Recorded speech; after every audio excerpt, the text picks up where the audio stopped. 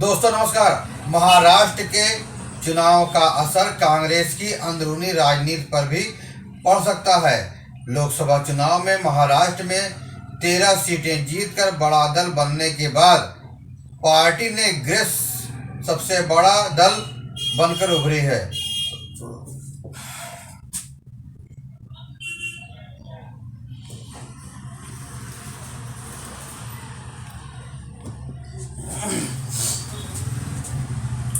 दोस्तों नमस्कार।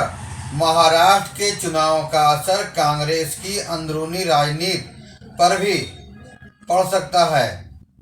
लोकसभा चुनावों में महाराष्ट्र में 13 सीटें जीतकर बड़ा दल बनने के बाद पार्टी ने सबसे बड़ा दल बनकर तो उभरी और उसने नेतृत्व भी किया महाअघाड़ी की। इसके चलते पार्टी में गुरूर दिखने लगा था।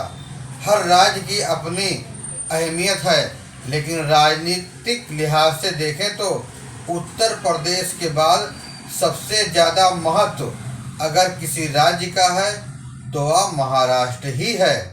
देश की आर्थिक राजधानी इस राज्य की राजधानी है। उत्तर प्रदेश की 80 लोकसभा सीटों के मुकाबले 48 सीटों के साथ दूसरा बड़ा राज्य महाराष्ट्र है। राजनीतिक हलकों में राष्ट्रीय स्वयंसेवक संघ से जुड़ी होने के लिए भारतीय जनता पार्टी सदा विपक्षी निशाने पर रहती है। उस संघ का मुख्यालय भी महाराष्ट्र में ही है। इसी लिहाज से महाराष्ट्र के चुनाव नतीजों का असर दूरगामी होना स्वाभाविक है। मराठी मानुस ने जो जनादेश दिया है उसका असर देश की राजनीति पर तो पड़ेगा ही, अर्थनीति पर भी पड़ेगा। इसके साथ ही स्थानीय स्तर पर कई बदलाव नजर आ सकते हैं। देश की राजनीति पर झारखंड के चुनाव नतीजों का भी पड़ना स्वाभाविक है। इसका असर दिखने लगा है। इंडिया गठबंधन की अगुवाई राहुल गांधी से छीनने को लेकर आवाज उठने लगी है।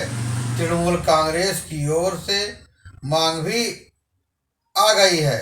लोकसभा को मोदी को चुनौती देने के लिए जरूरी है कि इंडिया गठबंधन की कमान राहुल गांधी की बजाय ममता बनर्जी को दे दी जाए। या विनर्स नकली दांतों से 300 गुना बेहतर है। यह कीमत बहुत सस्ती है। महाराष्ट्र के छत्रप शरद पवार को लेकर हाल ही में कहा जाने लगा था कि उनके बिना महाराष्ट्र की सत्ता की कल्पना नहीं की जा सकती। इस धारणा को 2.5 साल पहले बीजेपी ने तोड़ दिया था। एकनाथ शिंदे की अगुवाई में शिवसेना में टूट हो गई और सबसे ज़्यादा 104 विधायक होने के बावजूद बीजेपी ने अपने कद्दावर नेता देवेंद्र फडणवीस को शिंदे का सहयोगी बनने के लिए राजी कर लिया। इस सरकार के कार्यकाल में हुआ लोकसभा चुनाव में बीजेपी की अगुवाई वाली महायुति को समर्थन नहीं मिला।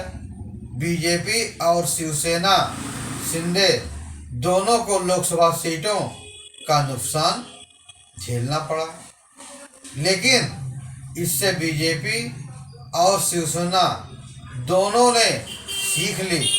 बीजेपी ने अपने परंपरागत गढ़ विदर्भ पर फोकस तो किया ही, गैर मराठा वोटरों पर भी अपना ध्यान केंद्रित किया और लगाया। मराठवाड़ा में शिवसेना शिंदे और अजित पवार की राष्ट्रवादी कांग्रेस पार्टी पर भरोसा जताया। नतीजा सबके सामने है।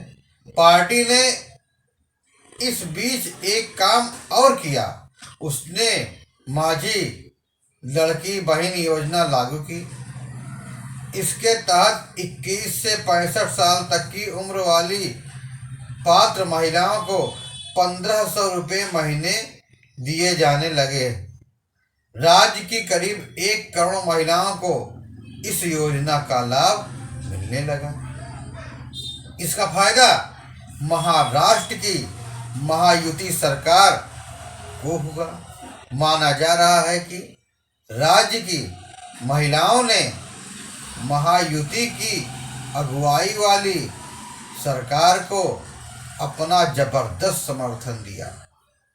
मध्य प्रदेश और महाराष्ट्र की तरह कई अन्य राज्य सरकारें महिलाओं को लुभाने के लिए तमाम योजनाएं बनाने लगी हैं। महिलाओं को आर्थिक सहयोग देना शुरू कर चुकी हैं। माना जा रहा है कि महाराष्ट्र के नतीजों के बाद इस चलन को और बढ़ावा मिलेगा।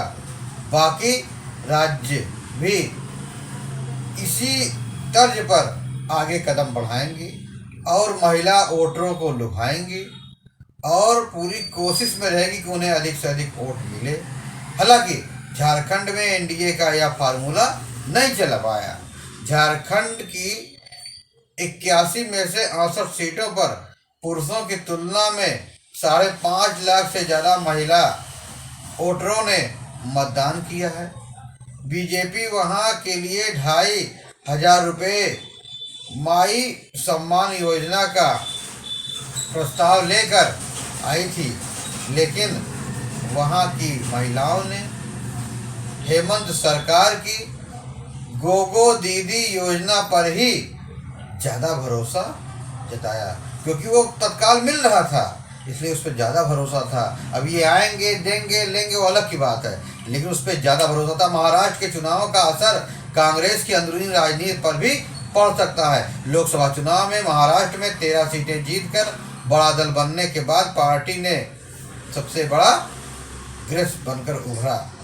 इसके चलते पार्टी में गुरूर दिखने लगा। विधानसभा चुनाव के लिए सीट बंटवारे में पार्टी खुद को सबसे आगे रखने और सहयोगी दलों को पीछे रखने की रणनीति पर काम करने लगी।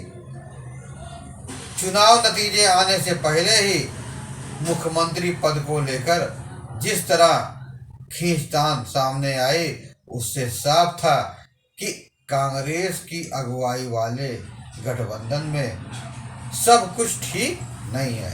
नाना पटोले ने तो अजीबोगरीब बयान दे दिया था, मुख्यमंत्री बनने की इच्छा भी जाहिर की थी। इसका असर चुनाव नतीजों पर साफ नजर आया। बहरहाल, आपको यह जानकारी कैसी लगी? फिर मिलेंगे नई जानकारी के साथ, नई खबरों के साथ। तब तक आप स्वस्थ रहें, सुरक्षित रहें। धन्यवाद।